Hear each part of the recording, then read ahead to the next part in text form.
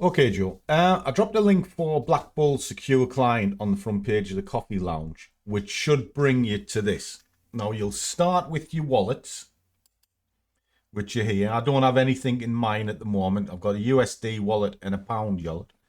If you've got money in here, these are not your trading accounts. It's just literally what it says. It's a wallet where you store your money.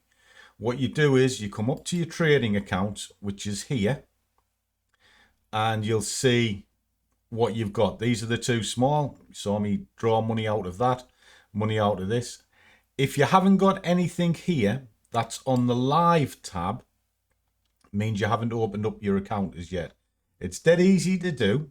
So you'll see a little box here. Click create. And what you do is you select what you're going to use, whether it's MetaTrader 4, 5, CTrader or TradingView. Well, I personally use 5. The account, whichever one you want. I prefer standard because, all right, I'm not paying commissions or anything like that. It's fine. The currency you're going to put your in. Now, I'm GB. With you being in Australia, I would assume it would be that. And then just set whatever leverage you want. Or in this case, say 500.